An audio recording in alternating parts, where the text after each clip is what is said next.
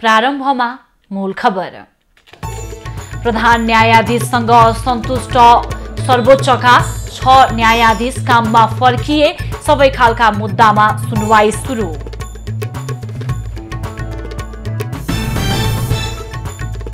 मुगुको गमगढी स्थित तल्लो बजारमा आगलागी हुँदा 20 घर जलेर नष्ट, तत्काल राहत प्याकेज घोषणा गर्ने मुख्यमन्त्रीको प्रतिबद्धता। चिनिया नागरिकद्वारा नेपाल स्थित चिनिया भिसा सेन्टरमा प्रदर्शन, तत्काल देश फर्कन पाउनुपर्ने माग।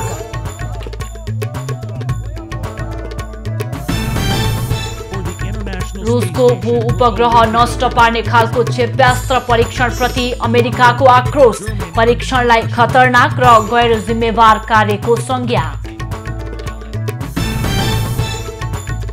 र राष्ट्रिय महिला क्रिकेट टोली 23 महिनापछि मैदानमा, आज कटारसँग T20 आई सिरिज खेल्दै।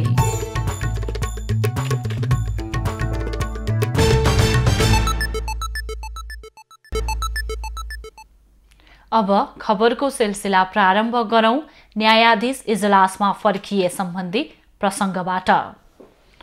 प्रधान न्यायाधीश चोलेन्द्र शमशेर जबराको राजीनामा माग गर्दै आन्दोलनमा उत्रिएका न्यायाधीशहरूमध्ये 6 जना इजलासमा फर्किएका छन्।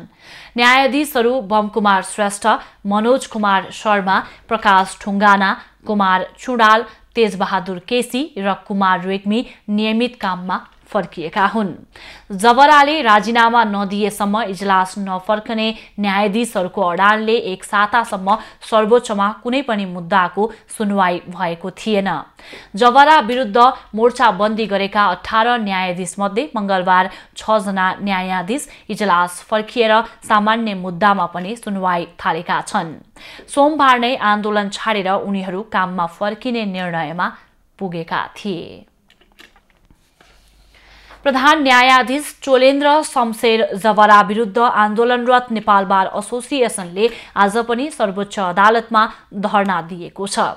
23 दिनदेखि आन्दोलनरत बारले आज पनि सर्वोच्च अदालतको मूल गेट अगाडि 10 बजेदेखि 12 बजेसम्म धरना कार्यक्रम राखेको हो। प्रधान न्यायाधीश जबराले सोमबार मात्र वक्तव्य जारी गर्दै विधि सम्मत वार्ताका लागि आह्वान गरेका थिए।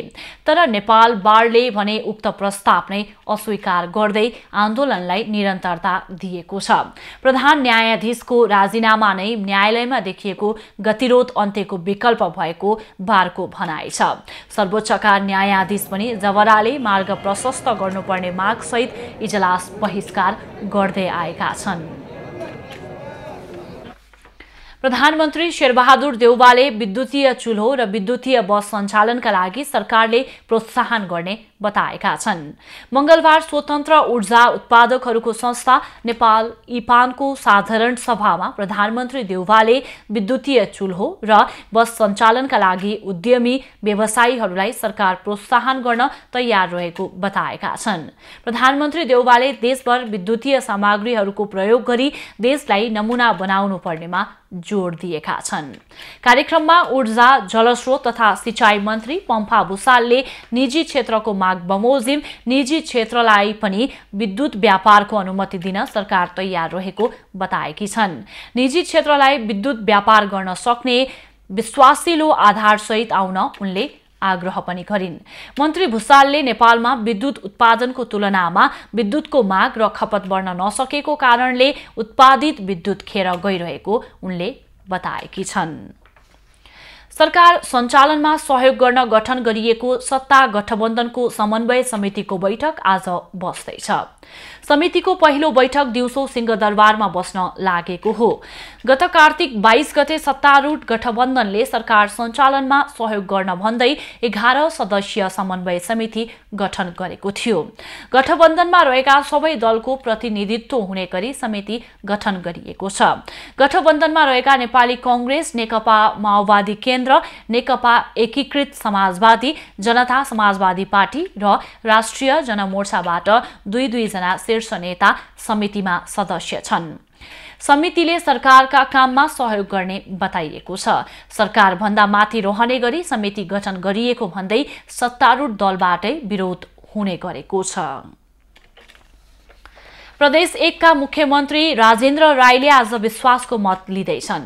दिउँसो बस्ने प्रदेश सभा बैठकमा राईले विश्वासको मत लिन लागेका हुन्।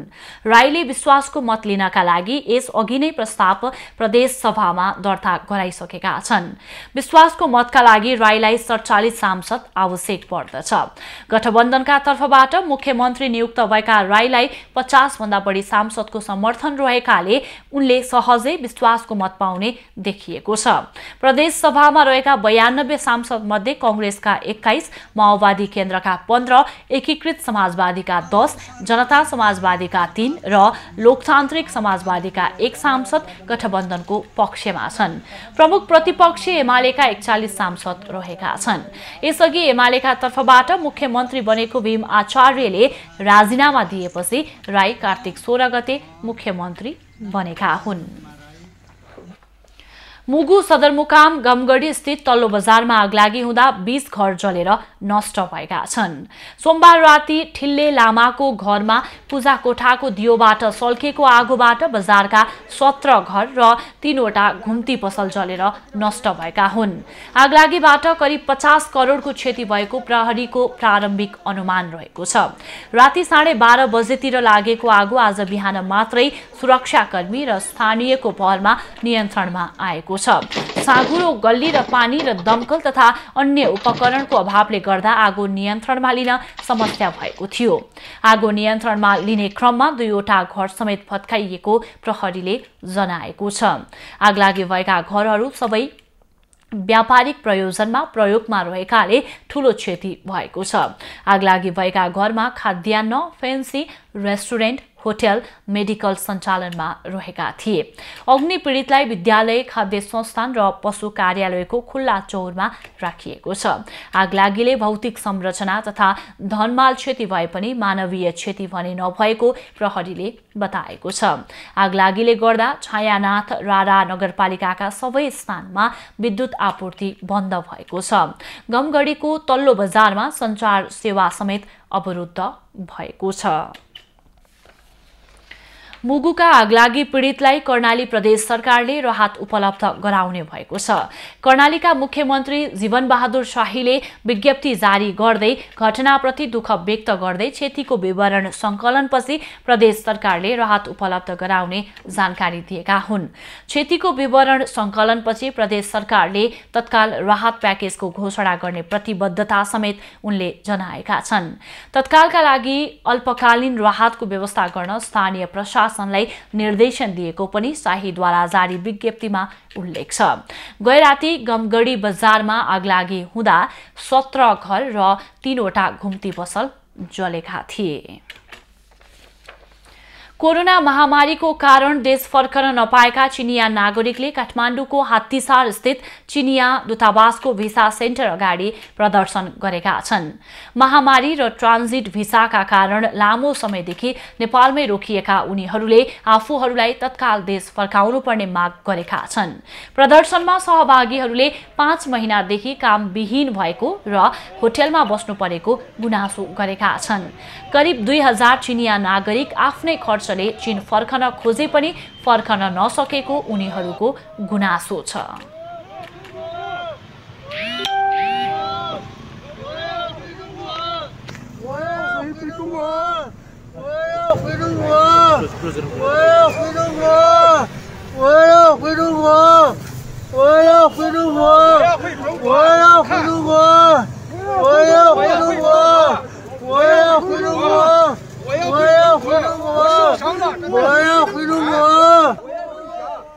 चिनिया नागरिकलाई फर्काउने विषयमा दूतावासले पहल गरिरहेको बताएको छ। देशको सबैभन्दा ठूलो दल नेकपा एमाले महाधिवेशनको अन्तिम तयारीमा जुटेको छ। पार्टी विभाजनको पीडा भोगेको एमालेका लागि यो महाधिवेशन धेरै हिसाबले फरक हुने देखिएको छ। यही मङ्सिर 10 गतेदेखि 12 गते चितवनमा 10औं महाधिवेशनको तयारीमा लागेको प्रमुख प्रतिपक्षी दल नेकपा एमाले बारे यतिखेर कयौं प्रश्नहरू छन्। धेरैमा कौतूहलता छ कि पार्टी विभाजनपछि हुन लागेको यो महाधिवेशनपछि एमाले कस्तो बन्ला।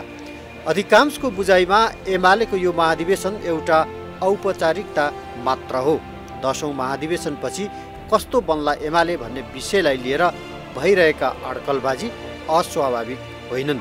त्यस्तै महाधिवेशनको सेरोफेरोमा केही दृश्य पक्कै नौला हुनेछन्। अर्थात् 9औं महाधिवेशनभन्दा एमालेको 10औं महाधिवेशन निश्चय नै फरक हुनेछ। एमालेको अध्यक्ष बन्न त्यति बेला केपी ओली र माधव नेपालबीच जुन घमासान चल्यो, यसपालि घमासान त के, ओलीको छेउछाउ नै कोही पुग्ने छैनन्। विगतको जस्तो समूहगत प्रतिस्पर्धा यस महाधिवेशनमा कल्पना बाहिरको कुरा हुनेछ। विचारमा बहस यस महाधिवेशनमा हुने छैन, किनकि विधान महाधिवेशन मार्फत एमालेले विचारको बहस सकिएको निष्कर्ष निकालिसकेको छ। महाधिवेशन कुनै पनि दलको शक्ति प्रदर्शन गर्ने अर्थपूर्ण थलो पनि हो। त्यसै कारण ओलीले चितवनलाई 10औं महाधिवेशन स्थल रोजेको बुझ्न सकिन्छ। कारण माओवादी अध्यक्ष पुष्पकमल दाहाल चितवनबाटै आउँदो निर्वाचन लड्दैछन्। अर्को, ओलीले रणनीतिक रूपमा चर्चामा ल्याएका अयोध्यापुरी हिन्दू धर्मग्रन्थ रामायणका भगवान रामको जन्मभूमि चितवनमै पर्छन्।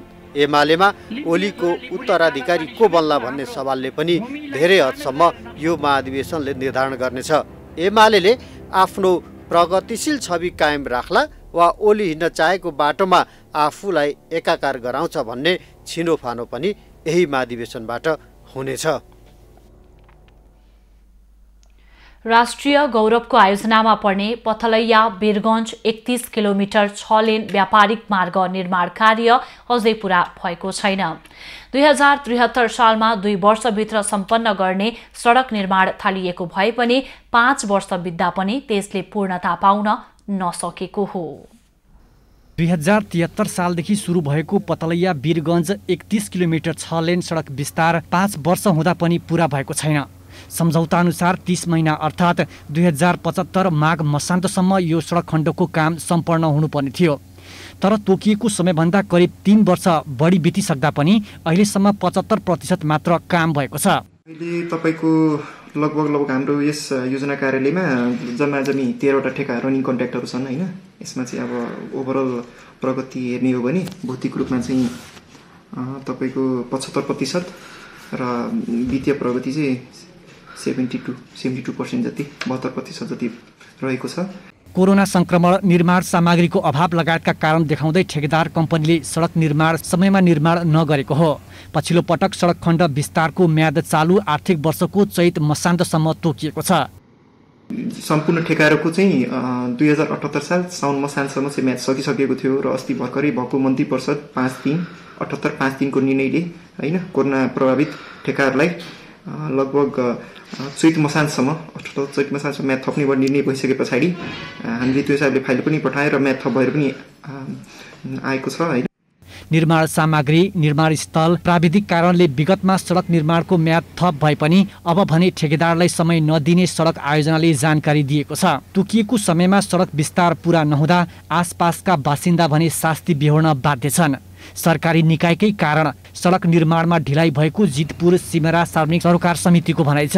जसले चाहिँ ठेक्का लिएको थियो ठेकेदार, त्यो ठेकेदार समेत भागेको स्थिति छ र उसले चाहिँ अर्कोलाई चाहिँ पेटी क्यासमा दिएको स्थिति छ र यसलाई पढाइ गरेर काम गर्न सकेको हुन्छ। होइन भने अब सिमरामा त बनेको छ, अहिले कम्प्लिट हुन बाँकी छ। तर साँच्चै भन्दा जितपुरको अवस्था चाहिँ अत्यन्त गम्भीर छ। काम अत्यन्त ढिलाइका साथ भइरहेको छ। व्यापारिक मार्गको वीरगञ्ज पतलैया सडक खण्ड अन्तर्गत पतलैया चोकदेखि सूर्य नेपाल सिमरासम्म 94% सडकको काम सकिएको छ। सूर्य नेपालदेखि सैनिक ब्यारेक जितपुरसम्म 55% सडकको काम पूरा भएको छ। सैनिक ब्यारेकदेखि परवानीपुरसम्म 80%, परवानीपुरदेखि गण्डक चोकसम्म 91% सडकको काम सकिएको छ। परवानीपुरदेखि गण्डक नहरसम्म 60%, गण्डक नहरदेखि हरपतगञ्जसम्म 83%, हरपतगञ्जदेखि सिर्सिया सुक्खा बन्दरगाहसम्म 66% सडकको काम मात्रै पूरा भएको छ। दर्शकबिन, करिब 2 वर्षमा सम्पन्न गर्ने गरी सुरु गरेको आयोजना हो पतलैया वीरगञ्ज व्यापारिक मार्ग। तर आयोजनाले अहिले 6 वर्षमा प्रवेश गरिसकेको छ, तर निर्माण कार्य भने सम्पन्न हुन सकेको छैन। एबी न्यूज खबरका लागि 12 वर्ष इन्दिप केरलको रिपोर्ट। खबरको सिलसिला अझै जारी छ, हामी सँगै रहनुहोला। अब बाँकी खबर। नेत्रविक्रम चन्द नेतृत्वको नेकपाले आह्वान गरेको नेपाल बन्दको देशभर आंशिक प्रभाव परेको छ। पेट्रोलियम पदार्थ लगायत अत्यावश्यक वस्तुमा गरेको मूल्य वृद्धि विरुद्ध आज गरिएको बन्द आह्वानका कारण काठमाडौँ उपत्यकामा न्यून संख्यामा सवारी साधन चलेका छन्। बन्दमा अप्रिय घटना नहोस् भनेर चोक चोकमा सुरक्षाकर्मी परिचालन गरिएको छ। देशका प्रमुख शहरमा पनि भाडाका सवारी साधन चलेका छैनन्। स्कुल कलेजहरू पनि बन्द रहेका छन्। डिजेल, पेट्रोल, हवाई इन्धन, ग्यास सिलिन्डर तथा दैनिक अत्यावश्यक उपभोग्य वस्तुमा भएको चर्को मूल्य वृद्धिले सर्वसाधारण मारमा परेकाले बन्द गर्नु परेको चन्द नेकपाले जनाएको छ। बन्दमा प्रेस, एम्बुलेन्स लगायत अस्पताल, कानून व्यवसायी, कूटनीतिक नियोग, दूध बोक्ने, पानी बोक्ने र फोहोर बोक्ने गाडीलाई भने अवरोध नगरिने सो पार्टीले जनाएको छ। र हामीले बिहानैदेखि देशैभरका पछिल्लो अवस्थाको बारेमा जानकारी गराइराखेका छौँ भने अहिलेको क्रममा अर्घखाँचीको पछिल्लो अवस्था के छ यो विषयमा जानकारी गराउन हाम्रो टेलिफोन सम्पर्कमा हुनुहुन्छ हाम्रा संवाददाता प्रेम नारायण आचार्य। प्रेम, के छ अर्घखाँचीको पछिल्लो अवस्था, बन्दको प्रभाव कतिको देखिएको छ, जानकारी गराउनुहोस्। प्रभाव खास गरी नेपाल कम्युनिस्ट पार्टी माओवादी विप्लव नेतृत्वको माओवादी यसले गरेको बन्दको प्रभाव अर्घखाँचीमा पनि पूर्ण रूपमा परेको छ। बन्दका कारण अर्घखाँचीमा बिहानदेखि लामो तथा छोटो दूरीका कुनै पनि सवारी साधन चल्न सकेका छैनन् भने बजार, पसल, शिक्षण संस्था पूर्ण रूपमा बन्द रहेका छन्। हिजो जुन बन्दको पूर्व सन्ध्यामा माओवादीले केही ठाउँहरूमा राखे जुलुस गर्ने, कोही कोटसभा गर्ने लगायत कार्यक्रम गरेर बन्द आह्वान गरेपछि बिहानदेखि बजार सुनसान छ। यहाँका सम्पूर्ण क्रियाकलापहरू अर्घखाँची पूर्ण रूपमा बन्दका कारण ठप्प रहेको छ भन्न सकिन्छ।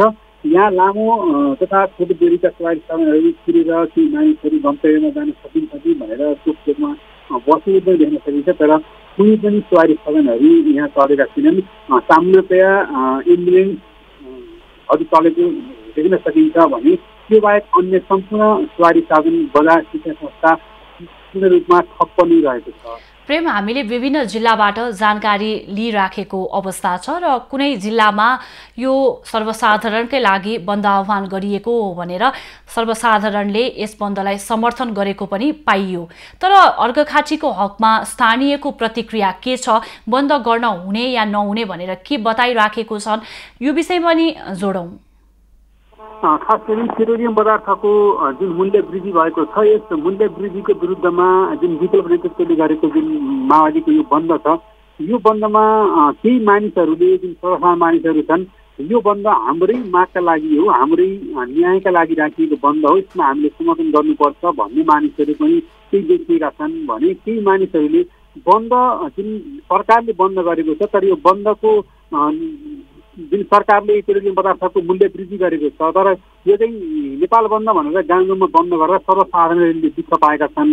जुन खास गरी यो केन्द्र नै केही पहल गरेर त्यो मूल्य वृद्धिलाई घटाउन सकिन्थ्यो होला, तर यो चाहिँ बन्दको विकल्प रोजेको भए अझ राम्रो हुन सक्थ्यो। जुन नेकपा जुन विप्लव नेतृत्व छ यसले पनि राम्रो गर्न सकेन भन्ने केही कुराहरू पनि सुन्न सकिन्छ। यहाँ दुवैतिरका दुई प्रतिक्रियाहरू यहाँका सर्वसाधारणहरूको रहेको देख्न र सुन्न सकिन्छ। धन्यवाद प्रेम, र पछिल्लो अध्यावधिका लागि यहाँसँग हामी फेरि जोडिनेछौँ। उहाँ हुनुहुन्थ्यो हाम्रा संवाददाता प्रेम नारायण आचार्य र हामीलाई अर्घखाँचीको पछिल्लो अवस्थाको बारेमा जानकारी गराउनु हुँदै थियो भने धरानको पछिल्लो अवस्था के छ यो विषयमा जानकारी गराउन हाम्रो टेलिफोन सम्पर्कमा हुनुहुन्छ हाम्रा संवाददाता विनय प्रधान। विनय, के छ त्यहाँको पछिल्लो अवस्था, जानकारी गराउनुहोस्। प्रभा, सरकारको निर्णयमा नेपाल आयल निगमले गरेको पेट्रोलियम पदार्थको मूल्यको विरुद्धमा नेत्रविक्रम चन्द विप्लव नेतृत्वको नेपाल कम्युनिस्ट पार्टीले गरेको बन्दको आह्वानले पूर्वको जनजीवन सँगसँगै धरानमा पनि त्यसको प्रभाव परेको छ र बन्दको प्रभाव धरानमा बिहानैदेखि परेको। आज बिहानैदेखि धरानबाट चल्ने लामो दूरीको सवारी साधनहरू चलेका छैनन् भने शैक्षिक संस्थाहरू पनि बन्द रहेका छन्। बजार पसलहरू अधिकांश बन्द भएको छ भने केही पसलहरू खुल्ला रहेको छ र टेम्पो, सफारी र मोटरसाइकलहरू भने निर्बाध रूपमा चलेका छन्। विनय, सुरक्षाकर्मीको उपस्थिति कस्तो पाउनुभयो यहाँले, यो विषय पनि जोडौँ। सुरक्षाकर्मीहरू भानुचोकमा बिहानैदेखि कुनै अप्रिय घटना नहोस् भन्ने हिसाबले कसै बन्दको बेलामा कोही कसैलाई झै झगडा नहोस् भन्ने उद्देश्यले सुरक्षाकर्मीहरू खडा गरिएको छ। सशस्त्र प्रहरी नेपाल प्रहरीका सुरक्षाकर्मीहरू बिहानैदेखि ठाउँ ठाउँमा खटाइएको छ। धरानको चोक चोकमा राखिएको छ। उहाँहरूले सुरक्षा दिइरहेको छ र अहिलेसम्म बन्दको प्रभाव अहिलेसम्म आइपुग्दाखेरि कुनै अप्रिय घटनाहरू घटेको छैन। यहाँ त्यस्तो भएको छैन। विनय, बन्दको स्थानीयहरूले के कसरी प्रतिक्रिया दिइराखेका छन्? केही स्थानीयहरूको भनाइले के भनिरहनु भएको छ भनेदेखि यो पेट्रोलियम पदार्थको विरुद्धमा भएको यो बन्द सही पनि हो भनेको छ। धेरै अधिकांश स्थानीयहरूको भनाइ चाहिँ त्यही नै रहेको छ। धन्यवाद विनय र पछिल्लो अध्यावधिका लागि यहाँसँग हामी फेरि जोडिनेछौँ। उहाँ हुनुहुन्थ्यो हाम्रा धरानबाट संवाददाता विनय प्रधान र धरानको पछिल्लो अवस्थाको बारेमा जानकारी गराउनु हुँदै थियो। नेत्रविक्रम चन्द नेतृत्वको नेकपाले आह्वान गरेको नेपाल बन्दको देशभर आंशिक प्रभाव परेको छ र हामीले विभिन्न जिल्लाबाट त्यहाँको पछिल्लो अवस्थाको बारेमा जानकारी गराइराखेका छौँ। पेट्रोलियम पदार्थ लगायत अत्यावश्यक वस्तुमा गरेको मूल्य वृद्धि विरुद्ध आज गरिएको बन्द आह्वानका कारण काठमाडौँ उपत्यकामा पनि न्यून संख्यामा सवारी साधन चलेका छन्। प्रेस, एम्बुलेन्स लगायत अस्पताल, कानुन व्यवसायी, कूटनीतिक नियोग, दूध बोक्ने, पानी बोक्ने र फोहोर बोक्ने गाडीलाई भने अवरोध नगरिने बताइएको छ। त्यसैगरी हामीले बिहानैदेखि विभिन्न जिल्लाबाट हाम्रा संवाददाता मार्फत त्यहाँको जानकारी लिइराखेका छौँ।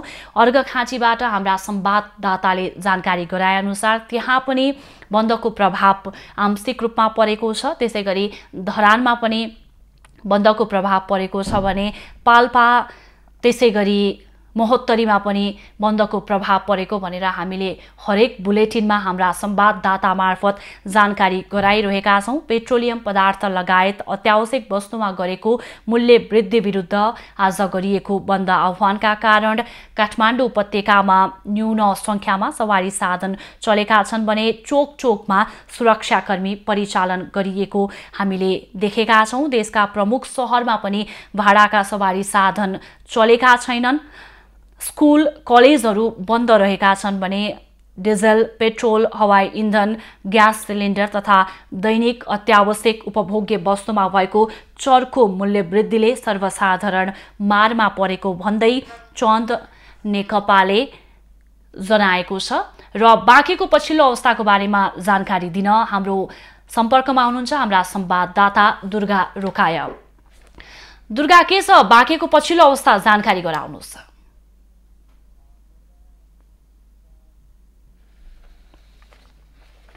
बन्द आह्वान गरेको छ, त्यसको बाँकीमा पनि प्रभाव देखिएको छ। खास गरी आंशिक रूपमा प्रभाव देखिए पनि बिहान मात्रै नेकपा विप्लव समूहका कार्यकर्ताहरू बजारमा बन्द गराउँदै हिँडेको अवस्थामा 5-7 जना उनीहरूका कार्यकर्ता बन्द गराउँदै हिँडेको अवस्थामा नेपालगञ्जको औद्योगिक क्षेत्र अगाडिबाट बाँके प्रहरीले 1 जनालाई पक्राउ समेत गरेको छ। बाँकेमा सुर्खेत स्थायी घर भएका र बाँके जानकी 3 मा बस्ने 33 वर्षका पुष्कल बहादुर माझीलाई बाँके प्रहरीले पक्राउ गरेको अवस्था छ भने त्यसपछि उनीहरू बजारमा नदेखिएको अवस्था छ।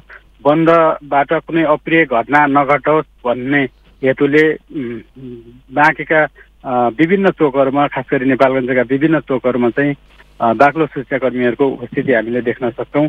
उद्योग, कल कारखाना, शैक्षिक संस्थाहरूमा पनि यसको प्रत्यक्ष प्रभाव देखिन्छ भने खास गरी बजार आंशिक रूपमा खुलेको छ र छोटा तथा लामा दूरीका सवारी साधनहरू जुन भाडाका सवारी साधनहरू हुन् ती बन्द छन्। यी रिक्साहरू भने सञ्चालनमै रहेको र मोटरसाइकलहरू सञ्चालनमै रहेको अवस्था देखिन्छ। पर्वा दुर्गा, यहाँले जानकारी गराएअनुसार छोटो दूरी भन्दा पनि त्यहाँ सर्वसाधारणलाई सहज होस् भनेर ई रिक्सा लगायतका सवारी साधनहरूलाई निर्वाध रूपमा चल्न दिएका छन् भनेर पनि यहाँले जानकारी गराउनु भएको छ। जुन बन्दको प्रभाव आज देशैभर देखिएको छ, यो बन्दले गर्दाखेरि स्थानीयहरूले त्यहाँ के कस्तो प्रतिक्रियाहरू जनाइराखेका छन्, यो विषयलाई लिएर के बोलिरहेका छन्, यो पनि बताउनुहोस् न। बन्द भन्न बित्तिकै स्थानीयहरूले यो बन्दलाई चाहिँ खास गरी बन्द सधैँका लागि बन्द गर्नुपर्छ भन्ने खालका भावनाहरू उनीहरूको हामीले बुझेका छौँ। किनभने बन्दले कसैलाई पनि फाइदा गरेको उनीहरू देखिँदैन। त्यसकारणले पनि बन्द सधैँका लागि बन्द गर्नुपर्छ र सहज जनजीवन हुनुपर्छ भन्ने एक खालको बाँकेबासीको भावनाहरू हामीले बुझेका छौँ। पर्वा खास गरी यी रिक्साहरू निर्बाध रूपमा चल्न दिने भन्दा पनि त्रासकै बिच पनि उनीहरूलाई साँझ बिहानको छाक्टार्ने कुराहरू होला भनौँ न, आफ्नो दैनिकी चलाउनका लागि भए पनि उनीहरूले चाहिँ त्यसरी एउटा रिस्क लिएर नै चलाएको देखिन्छ। धन्यवाद दुर्गा। र पछिल्लो अध्यावधिका लागि यहाँसँग हामी फेरि जोडिनेछौँ।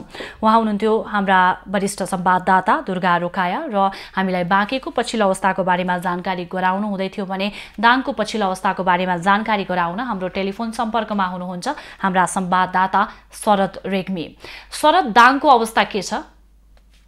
पर्वाजी, खास गरी दाङमा अहिलेसम्म शान्तिपूर्ण रूपमा बन्द चलिराखेको छ। बन्द चाहिँ बेलुका 5 बजेसम्म जारी रहने भनेर हामीलाई बन्दकर्ताहरूले जानकारी गराउनु भएको छ भने अर्कोतिर जिल्ला प्रहरी कार्यालय दाङका प्रवक्ता डिएसपी मुकुन्द रिजालका अनुसार अहिले भर्खरै मात्र बन्दकर्ताहरू विप्लव समूहका 19 जना बन्दकर्तालाई दाङ प्रहरीले नियन्त्रणमा लिएको छ। उनीहरूलाई भालुबाङ र कालाकाँटे क्षेत्रबाट नियन्त्रणमा लिएको भनेर हामीलाई जानकारी गराउनु भएको छ। उहाँहरूले चाहिँ यो राजमार्गमा जबरजस्ती गाडीहरू रोक्ने, अलिकति व्यवहार पनि त्यही किसिमको गर्ने पाइएको हुँदाखेरि हामीले चाहिँ उहाँहरूलाई नियन्त्रणमा लिएका छौँ। बन्द सक्यो भने हामी चाहिँ उहाँहरूलाई छोड्छौँ सकुशल रूपमा, रिहाई हुनुहुन्छ उहाँहरू भनेर हामीलाई भर्खरै मात्रै जिल्ला प्रहरी कार्यालय दाङका प्रवक्ताले जानकारी गराउनु भएको छ। पर्वाजी, अन्य स्थानहरूमा बन्द अघिकै अपडेट अनुसार सबै कल कारखानाहरू, पसलहरू, यातायातहरू सञ्चालनमा आएका छैनन्। फाटाफुट्टो रूपमा चलेका सवारीका साधनहरू, भित्री रुटबाट चलिराखेका सवारीका साधनहरूलाई पनि बन्दकर्ताहरू पुगेर नियन्त्रणमा लिने र तालिम लिने काम भएको हुँदाखेरि पनि बन्द अलिकति बढी दाङमा त्यसको प्रभाव परेको छ। दाङमा विद्रोह समूहको उपस्थिति पनि अलि बाक्लै छ। त्यो भावनाले पनि दाङमा अहिले पूर्ण रूपमा बन्द भएको छ। प्रभाजी, धन्यवाद शरद। र पछिल्लो अध्यावधिका लागि फेरि यहाँसँग हामी जोडिनेछौँ। उहाँ हुनुहुन्थ्यो दाङबाट हाम्रा संवाददाता शरद रेग्मी र हामीलाई दाङको पछिल्लो अवस्थाको बारेमा जानकारी गराउनु हुँदै थियो भने नेत्र विक्रम छन्द नेतृत्वको नेकपाले आह्वान गरेको नेपाल बन्दको दाङमा पनि प्रभाव परेको हामीले जानकारी प्राप्त गरेका छौँ। पेट्रोलियम पदार्थ लगायत अत्यावश्यक वस्तुमा गरेको मूल्य वृद्धि विरुद्ध आज गरिएको बन्द आह्वानका कारण काठमाडौँ उपत्यका लगायत देशका विभिन्न जिल्लामा बन्दको आंशिक प्रभाव परेको छ। बन्दमा अप्रिय घटना नहोस् भनेर चोक चोकमा सुरक्षाकर्मी परिचालन गरिएको छ। स्कुल कलेजहरू बन्द रहेका छन् भने कल कारखानालाई खुल्न दिइएको छ। त्यसै गरी प्रेस, एम्बुलेन्स लगायत अस्पताल, कानुन व्यवसायी, कूटनीतिक नियोग, दूध बोक्ने, पानी बोक्ने र फोहोर बोक्ने गाडीलाई भने अवरोध नगरिने सो पार्टीले जनाएको छ भने कैलालीको पछिल्लो अवस्थाको बारेमा जानकारी गराउन हाम्रा संवाददाता विवेक नागरी हाम्रो प्रत्यक्ष सम्पर्कमा जोडिनु भएको छ।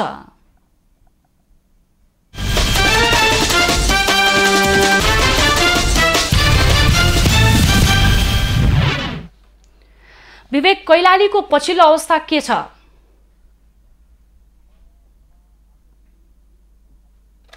कम्युनिस्ट पार्टी नेत्र विक्रम चन्द विप्लवको जुन नेतृत्वमा जुन यो पेट्रोलियम पदार्थको मूल्यको विषयमा जुन यो बन्दको आह्वान गर्यो, यो खास गरी अब देशैभरि छ र देशैभरिका मध्येमा पनि सुदूरपश्चिमको यो कैलालीमा पनि यसको प्रभाव परेको छ। खास गरी आजको दिनमा भनौँ न यो लामो दूरीका बसहरू चल्न सकेका छैनन् र त्यसै गरी अब यो अन्य ठाउँमा जानका लागि निकै कठिनाइ पनि छ। अब अहिले खास गरेर यो ई रिक्सा बाहेक अरू कुनै चल्न सकेका छैनन्। यसै गरी यो धनगढीको बजार पनि पूर्ण रूपमा बन्द छ र त्यसै गरी कल कारखाना, शैक्षिक क्षेत्र, थुप्रै यहाँका अब जति पनि छन् प्राइभेट सेक्टरहरू, ब्याङ्क पनि बन्द छ हैन। अब खास गरी आजको दिनमा यहाँ चाहिँ विप्लवका कार्यकर्ताले नेपाल आयल निगमको अगाडि पनि धरना दिएको थियो, बिहान जुलुस गरेको थियो कि वृद्धि मूल्य कम गर भनेर होइन। अब यसै गरी आजको दिनभरि नै अब यो बन्दका कारण यसरी नै बितिरहेको छ प्रभा। स्थानीयको प्रतिक्रिया के छ? कहीँ कतै स्थानीयले यसलाई समर्थन पनि गरेका छन् भने कहीँ कतै बन्द गरिनु हुँदैन भनेर आवाज पनि उठाइराखेका छन्। यो विषयमा कैलालीको हकमा के छ? खास गरी अब यो अहिलेको अवस्था कस्तो छ भने यहाँ अब व्यवसायहरूले बन्द गरेको जुन यो देख्दाखेरि खास गरी अब मूल्य वृद्धि भएको कारणले गर्दाखेरि यो ठिकै पनि हो भन्ने उहाँहरूको एक दिने जुन यो प्रतिक्रिया यस्तो पनि छ। अब खास गरी यो पेट्रोलियममा मात्र होइन, यो अब मूल्य वृद्धि सबै थोकमा छ। खास गरी यो कमी हुनुपर्छ भनेर यहाँका मानिसहरूले, यहाँका स्थानीयहरूले यसलाई जसरी हुन्छ कम गर्नुपर्छ भनेर सपोर्ट पनि गरिरहेका छन् भने अब खास गरी यो अब कुन तरकारी र कसरी हुन्छ भन्ने कुराहरू अब उहाँहरू जनताहरू जति पनि छन् जसरी हुन्छ यसलाई चाहिँ अब कम हुनुपर्छ भन्ने उहाँहरूको भनाइ पनि छ। अब खास गरी अब यो आजको दिनमा प्रहरी प्रशासनले पनि त्यस्ता घटनाहरू नघटोस् भन्नका लागि विभिन्न ठाउँमा आफ्नो प्रहरी प्रचालन पनि गरेको छ र अहिलेसम्म कहीँ त्यस्तो कुनै आगजनी कुनै त्यस्तो अप्रिय घटनाहरू पनि हुन सकेका छैन। हामीले खास गरी जिल्ला प्रहरी कार्यालयका डिएसपीसँग पनि हामीले यो जानकारी लिएका थियौँ प्रभा।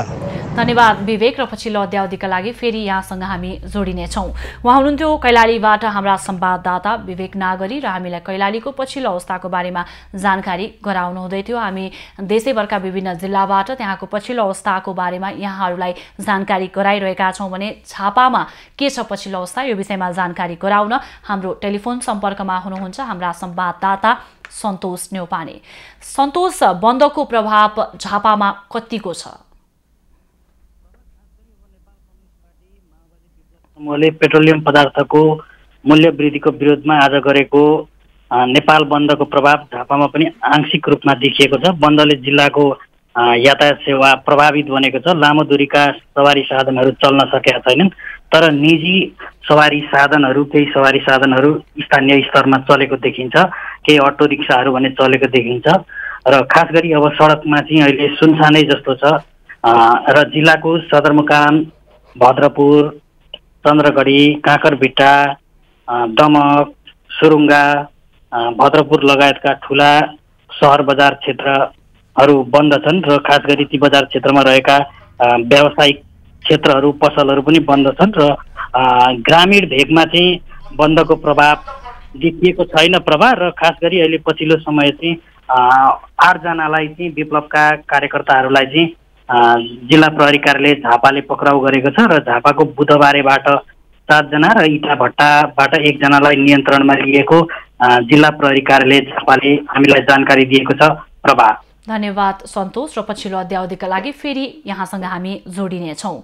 उहाँ हुनुहुन्थ्यो झापाबाट हाम्रा संवाददाता सन्तोष न्यौपाने र हामीलाई झापाको पछिल्लो अवस्थाको बारेमा जानकारी गराउनु हुँदै थियो। नेत्रविक्रम चन्द नेतृत्वको नेकपाले आह्वान गरेको नेपाल बन्दको देशभर आंशिक प्रभाव परेको छ भने हामीले बिहानैदेखि विभिन्न जिल्लाबाट हाम्रा संवाददाता मार्फत त्यहाँको जानकारी लिइराखेका छौँ। अब बाँकी खबरतर्फ लागौँ। राजनैतिक दलहरूले गर्ने गरेको बन्द र हडतालले दैनिक मजदुरी गर्ने मानिस मारमा पर्ने गरेका छन्। सिन्धुलीका सर्वसाधारणले बन्दले गरिखाने वर्ग समस्यामा पर्ने भन्दै राजनीतिक माग पूरा गर्नका लागि बन्द हडताल गर्नुभन्दा अन्य विकल्प खोज्न सुझाव दिएका छन्। समादरणीय दर्शकहरू, यो सिन्धुली जिल्लामा पर्ने बीपी राजमार्ग हो। विगतका दिनहरूमा यो समयमा यो बीपी राजमार्गमा सवारीका साधनहरूको अत्यन्त चाप हुन्थ्यो, तर आज बन्दको कारणले गर्दाखेरि यो बीपी राजमार्गमा अहिले सवारी साधनहरूको आवागमन शून्य भएको छ। खास गरिकन आज गरिएको यो बन्दको कारणले गर्दा सिन्धुली जिल्लाको बीपी राजमार्ग, मध्यपाडी लोकमार्ग र मदनभण्डारी राजमार्गमा सवारी साधनहरूको आवागमन अत्यन्त कम भएको छ। बन्दको कारणले गर्दाखेरि सिन्धुली जिल्लाको सदरमुकाम सिन्धुली माडी लगायत दुधौली, कपिलाकोट, खुरकोट, नेपालथोक लगायतका प्रमुख बजारहरू अहिले बन्द भएको अवस्था छ। सिन्धुली जिल्लाका शैक्षिक संस्थाहरू पनि अहिले बन्द छन् र बन्दमा अप्रिय घटनाहरू हुन नदिनुको निम्ति स्थानीय प्रशासनले सुरक्षा संयन्त्रलाई चुस्त दुरुस्त बनाएको छ। यो बन्दको कारणले गर्दाखेरि खास गरिकन सर्वसाधारणहरूलाई चाहिँ अत्यन्त मर्का परेको उनीहरूले बताएका छन्। हामीसँग गाडीका साधन छन् तर कस्तो नि अब बन्दले गर्दा गाडी चल्दैन, यात्रु पनि हुँदैन होइन। त्यो हुँदाखेरि अब तेलको भाउ पनि बढाएको छ, त्यसमा पनि समस्या त समस्या नै हो। तर हामी अब जस्तो रोजीरोटी गरी खाने मान्छेलाई गाह्रो नै छ। अहिले ठप्प छ हरेक कुराहरू। आज हेर्नुहोस् यो पुरै ठप्प छ। अब यसले धेरै असर गर्छ। यो विकल्प खोज्नुपर्छ। यो बन्द ठप्प पारेर राजनीतिक दलहरूले अरू विकल्प भ्रष्टाचारीलाई कारबाही नै गर्नुपर्छ, निषेधै गर्नुपर्छ भ्रष्टाचारीहरूलाई। राजनीतिक दलहरूले चाहिँ गर्ने यस्ता बन्दले नेपालको आर्थिक क्षेत्रमा दूरगामी असर त पर्छ नै, तर दैनिक रूपमा जीवनयापन गर्ने वर्गहरूलाई अत्यन्त असर परेको छ। र सिन्धुली जिल्लामा आज यो बन्दको कारणले गर्दा चाहिँ चौतर्फी रूपमा असर परेको छ। र बन्दलाई आगामी दिनमा बन्द नगरेर वैकल्पिक ढङ्गले राजनीतिक उद्देश्य प्राप्त गर्ने गरी राजनीतिक दलहरूले कुनै उपाय अवलम्बन गरे आगामी दिनमा यसले नयाँ बाटो लिनेछ र देशको सामाजिक र आर्थिक पक्षलाई पनि यसलाई मजबुत गराउन सहयोग पुग्नेछ। एबी न्युज खबरका लागि शङ्कर कार्की, सिन्धुली।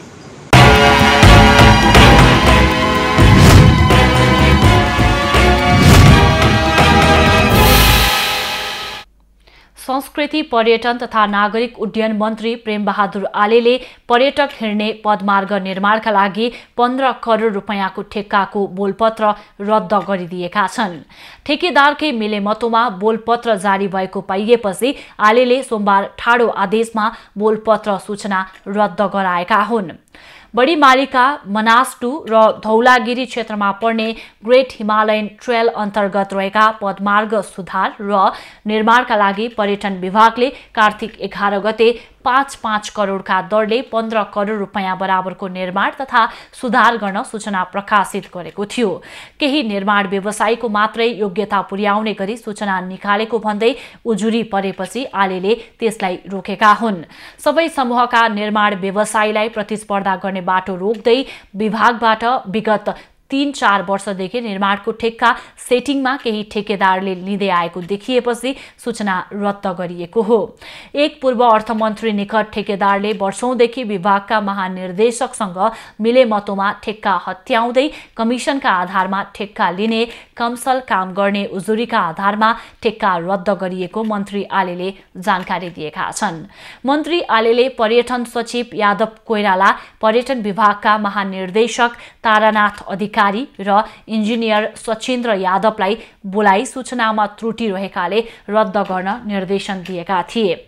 मन्त्रीको निर्देशन लगतै सोमबार साँझ विभागले कार्तिक 11 गते जारी गरेको सूचना रद्द गरेको छ। काभ्रेको रोसी गाउँपालिकाको जुगेपानी पौवामा रहेको चीज उत्पादन केन्द्रले दुर्गमका किसानलाई फाइदा दिएको छ। दुग्ध विकास संस्थानले चीज उत्पादन केन्द्र सञ्चालनमा ल्याएपछि पशुपालन गर्नेको संख्या समेत बढेको छ। काभ्रेको दुर्गम मानिने रोसी गाउँपालिका वडा नम्बर 11 जुगेपानी पौवामा रहेको चीज उत्पादन केन्द्रले दुर्गमका किसानलाई निकै सजिलो भएको छ।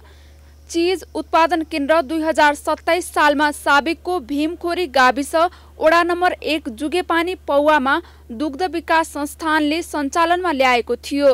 चीज उत्पादन केन्द्र सञ्चालनमा आएपछि गाउँमा पशुपालन गर्नेको संख्या समेत बढेको छ।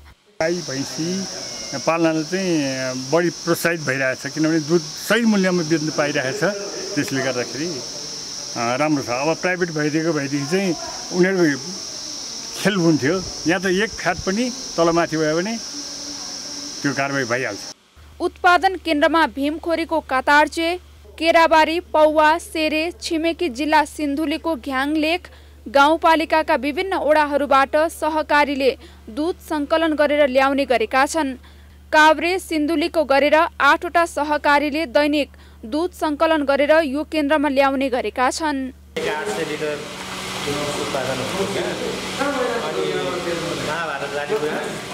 अनि शिखरचुली संस्था, अनि अनुशासन सहकारी संस्था, धर्मेश्वर सहकारी संस्था, झ्याङडाँडा सहकारी संस्था भनिन्छ, अनि सुनाखानी सहकारी संस्था भनी सिन्धुली, अनि गौहटे सहकारी संस्था भन्ने 8वटा संस्थाबाट दुध आउँछ दैनिक। भीमखोरीको उच्च पहाडी भूभागमा पहिले यातायातको साधन नचल्दा स्थानीयले खच्चडलाई बोकाएर दुध चीज उत्पादन केन्द्रसम्म ल्याउने गरेका छन्। केन्द्रमा दैनिक रूपमा 750 देखि 800 लिटरसम्म दुध जम्मा हुने गरेको छ। मासिक 15 लाखको हाराहारीमा किसानले दुध बेच्ने गरेका छन्। केन्द्रमा सङ्कलन भएको दुधबाट चीज, मक्खन, पनिर, नौनी लगायतका दुधजन्य परिकार बन्ने गरेका छन्। यहाँ उत्पादन भएका सामग्री काठमाडौँ लैनचौर स्थित दुग्ध विकास संस्थानको बिक्री केन्द्रमा पुग्ने गर्दछन्। उदयपुरको लिम्चुङबुङ गाउँपालिकाले लिम्चुङबुङ एभरेस्ट भ्यू टप निर्माण गरी पर्यटन विकासको योजना अघि सारेको छ। सगरमाथा लगायत 6वटा अग्ला हिमाल अवलोकन गर्न सकिने स्थलमा स्थानीय तहले धमाधम पूर्वाधार थप गरिरहेको हो। उदयपुरको लिम्चुङबुङ 3 मा पर्ने दोबाटे डाँडाबाट सिधै सगरमाथा लगायतका हिमालहरू सिधै हेर्न सक्ने भएकाले स्थानीय तहले यो ठाउँलाई लिम्चुङबुङ एभरेस्ट भ्यू टप नामाकरण गरेको छ। यहाँबाट देख्ने अन्य हिमालहरूमा कञ्चनजङ्घा, लोत्से, मकालु चोयु र धौलागिरी हुन्। लिम्चुङबुङ पारिरहेको खोटाङ हलेसीले नछेक्ने भएपछि सोलुमा पर्ने सगरमाथा लगायतका हिमालहरू सिधै अवलोकन गर्न सकिने भएको हो। भविष्यमा लाखौं पर्यटक आउने दाबी पालिकाको छ। लिम्चुङबुङ गाउँपालिकाले चाहिँ एभरेस्ट भ्यू टपको निर्माण गरेर चाहिँ पर्यटनको चाहिँ विकास गरेर जनतालाई चाहिँ धनी बनाउने र गाउँपालिकाको चिनारी विश्वभरि पुर्याएर पर्यटन लाखौं पर्यटक भित्राएर चाहिँ आर्थिक समृद्धि हासिल गर्ने योजना बनाएको छ। विश्वका 10 मध्ये नेपालमा 8वटा 8000 माथि रेन्जका हिमाल छन्। त्यसमध्ये मनासलु र अन्नपूर्ण बाहेक अन्य 6वटा लिम्चुङबाट देखिने भएपछि यो ठाउँलाई स्थानीयले प्रकृतिको उपहार मानेको छ। हिमाल आसपासका जिल्ला मध्ये सबैभन्दा राम्रो दृश्यावलोकन त्यहाँबाट हुने दाबी स्थानीयको छ। एकदम राम्रो लागेछ पर्यटकीय क्षेत्र। अहिले यहाँ के हुन्थेन हैन। अहिले हाम्रो मिजाज कुमार राई भन्ने अध्यक्ष उहाँहरूले यहाँ विजय भनेर आउनु भएर यहाँ चाहिँ यति विकास गर्न चाहिँ उहाँहरूले एकदम प्रयास गरिराख्नु भएको छ। सुन्दर हिमाल र उदाउँदो सूर्य दृश्य अवलोकनले पर्यटकहरू आकर्षित गर्ने निष्कर्षका साथ सो ठाउँलाई प्रमुख पर्यटकीय स्थल घोषणा गरिएको छ। स्थानीय तह मात्र नभई उदयपुर र 1 नम्बर प्रदेशकै उत्कृष्ट पर्यटकीय स्थल बन्न सक्ने दाबी स्थानीय तहको छ। यो भ्यू टप भनेको हामीलाई राम्रो लाग्छ। बाहिरको मान्छे आउँछन् यहाँ, यो सबैतिरको नि आउँछ नि पिकनिक खान, बारा यो माछाकोतिरको नि आउँछ। सो ठाउँलाई पर्यटकीय विकास गर्ने उद्देश्यले स्थानीय तह र पर्यटन मन्त्रालयको लगानीमा 72 फिटको एभरेस्ट भ्यू टावर निर्माणको काम थालिएको छ। 3 वर्षसम्म हरेक वर्ष मन्त्रालयले 1.5 करोड र पालिकाले 50 लाखको दरले लगानी गर्ने गरी निर्माण कार्य अगाडि बढाएको छ। यस ठाउँको पर्यटन विकास गर्न सके लिम्चुङबुङ गाउँपालिका र उदयपुर जिल्ला मात्र नभई सिङ्गो 1 नम्बर प्रदेश र देशकै पर्यटनलाई माथि उकास्ने सम्भावना प्रशस्त छ। उदयपुरबाट भोटराज राईको रिपोर्ट।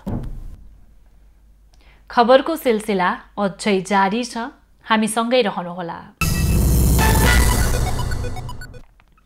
नेपाली महिला राष्ट्रिय क्रिकेट टोलीले 23 महिनापछि आज पहिलो पटक अन्तर्राष्ट्रिय खेलमा सहभागिता जनाउँदैछ। आइसिसी महिला टी20 एसिया छनौटको तयारी स्वरूप नेपाली महिला क्रिकेट टोलीले कतारसँग 3 टी20 आई सिरिज खेल्न लागेको हो। पहिलो खेल आज दोहामा West End Park international cricket स्टेडियममा दिउँसो 3:45 बजे हुनेछ। नेपाली महिला क्रिकेट टोलीले पहिलो पटक टी20 सिरिज खेल्न लागेको हो। पछिल्लो पटक डिसेम्बरमा नेपाली महिला क्रिकेट टोलीले 13औं दक्षिण एसियाली खेलकुदमा सहभागिता जनाएको थियो। त्यसपछि नेपाली महिला क्रिकेट टोलीले अन्तर्राष्ट्रिय खेल खेलेका छैनन्। नेपाली टोलीले मङ्सिर 1 र 2 मा पनि कतारसँग टी20 आई सिरिज खेल्नेछ। त्यसपछि नेपाली टोली आइसिसी महिला टी20 एसिया छनौटका लागि मङ्सिर 3 गते युएई जानेछ। नेपालले पहिलो खेल मङ्सिर 6 गते हङकङसँग खेल्नेछ। 7 गते भुटान, 9 गते कुवेत, 10 गते मलेसिया र 12 गते युएईसँग प्रतिस्पर्धा गर्नेछ। सन् 2023 मा दक्षिण अफ्रिकामा हुने विश्वकपको लागि नेपालसहित 6 राष्ट्रले ग्लोबल छनौटको लागि खेल्न लागेका हुन्।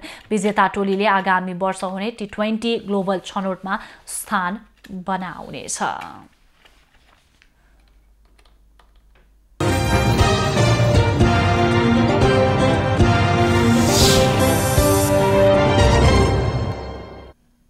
हाल देशका पहाडी क्षेत्रमा आंशिक बदली भएको छ भने बाँकी स्थानको मौसम सामान्यतया सफा रहेको छ। अपराह्नपछि प्रदेश 1 बागमती र गण्डकी प्रदेशका पहाडी भेगमा आंशिक बदली हुनेछ भने अन्य स्थानको मौसम सामान्यतया सफा रहने जल तथा मौसम पूर्वानुमान महाशाखाले जनाएको छ। काठमाडौँ उपत्यकाको आजको अधिकतम तापक्रम 22 डिग्री सेल्सियस र न्यूनतम तापक्रम 9 डिग्री सेल्सियस बीच रहने अनुमान गरिएको छ। आज सूर्योदय बिहान 6:25 भयो भने सूर्यास्त साँझ 5:11 हुनेछ। आज देशभरको मौसम कस्तो रहला त? हेरौं देशका विभिन्न स्थानको अनुमानित मौसमी अवस्था।